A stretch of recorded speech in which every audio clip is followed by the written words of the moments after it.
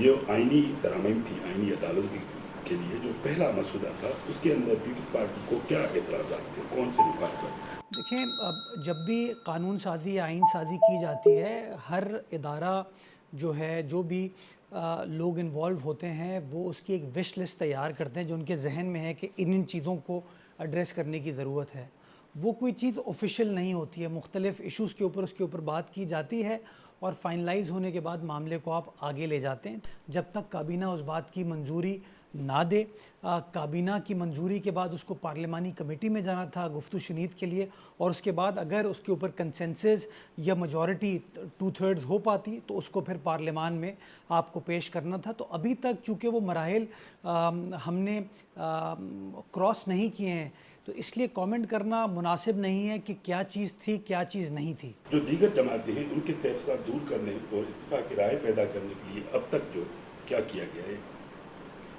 دیکھیے، مولانا فضل الرحمان کے ساتھ جب بلاول بھٹو زرداری صاحب کی گفتگو ہوئی تو اس گفتگو کا محور جو تھا وہ آئینی عدالت تھی۔ بلاول بھٹو زرداری صاحب یہ سمجھتے ہیں کہ پاکستان کا جو فرسودہ عدل و انصاف کا نظام ہے، اس کے اندر بہتری لانے کے لیے قانون سازی کرنے کی ضرورت ہے، اور یہ خواب ان کی والدہ شہید محترمہ بے نظیر بھٹو کا تھا جب انہوں نے میثاق جمہوریت 2006 میں میاں نواز شریف کے ساتھ سائن کیا۔ پاکستان پیپلز پارٹی نے 2008 کی حکومت میں کوشش کی تھی کہ اس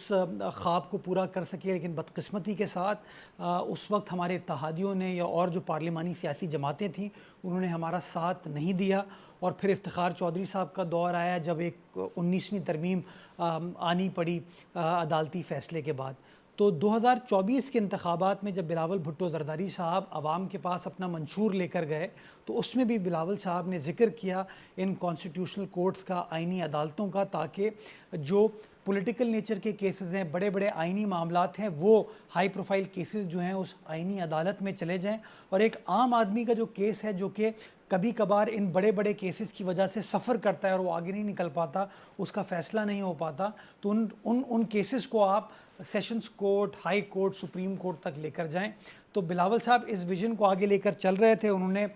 جو موجودہ حکومت ہے شہباز شریف صاحب کی، ان کو بھی اس اصول کے اوپر قائل کیا اور مولانا فضل الرحمان سے بھی اس حوالے سے گفتگو کی۔ ابھی تک کی جو ہماری ان کے ساتھ گفتگو ہوئی ہے، جو انگیجمنٹ ہوئی ہے، مولانا صاحب نے آئینی عدالت کے کریشن سے اعتراض نہیں کیا۔ انہوں نے اس بات سے بھی اتفاق کیا کہ ملک کا جو عدالتی نظام ہے اس کو بہتر بنانے کے لیے پارلیمان کو کام کرنے کی ضرورت ہے۔ تو اب دونوں سیاسی جماعتیں مل کر کام کر رہی ہیں اور انشاءاللہ ایک ایسے مسودے کے اوپر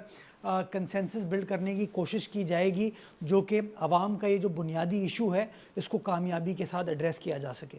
ان ترمیموں میں 4 اسٹار جنرل اور ججوں کی جو مدت ہے وہ 3 سے 5 سال کرنے کی، کیا کہیں گے اس میں کیا جا رہا ہے؟ اس طرح کی کوئی پروپوزل زیر غور یا زیر بحث نہیں ہے۔ میں ذمہ داری کے ساتھ آپ کو کہتا ہوں، ایکسٹینشن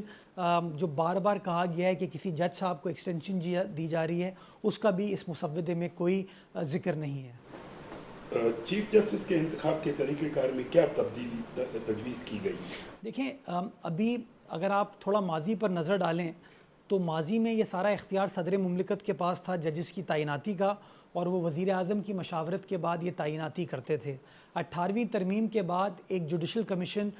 قائم ہوا جس کے اندر چیف جسٹس صاحب نام پروپوز کرتے ہیں، اور چیف جسٹس صاحب بھی اس جوڈیشل کمیشن میں چونکہ ججز کی میجورٹی ہے وہی فیصلہ کر لیتے ہیں کہ کس شخص کو جج بنایا جائے گا، یا کس شخص کو چیف جسٹس ہائی کورٹ بنایا جائے گا، یا کس شخص کو ہائی کورٹ سے سپریم کورٹ لے جایا جائے گا۔ اس کے اندر جو نمائندگی بار ایسوسی ایشن کی ہے، جو حکومت کی ہے، وہ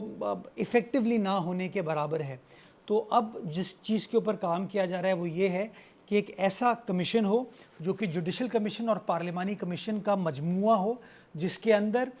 ججز کی نمائندگی بھی ہو، بار ایسوسی ایشن کی نمائندگی بھی ہو، حکومت کی نمائندگی بھی ہو، اور پارلیمان کی نمائندگی بھی ہو۔ اور جب میں پارلیمان کہتا ہوں تو پارلیمان میں صرف حکومت نہیں، اپوزیشن کے لوگوں کی بھی نمائندگی ہو، تاکہ ایک ایسا فورم کریٹ کیا جا سکے جو کہ بیلنسڈ ہو، انڈیپینڈنٹ ہو، خود مختار ہو، جو کہ ملک کے مسائل کو سمجھتے ہوئے، حالات کو سمجھتے ہوئے بہترین انٹیگریٹی والے لوگوں کا انتخاب کر سکے، تاکہ وہ پاکستان کی اعلیٰ عدلیہ میں آ سکیں اور جو ہمارا انصاف کا نظام ہے اس میں لوگوں کو سستا اور فوری انصاف ڈیلیور کر سکیں۔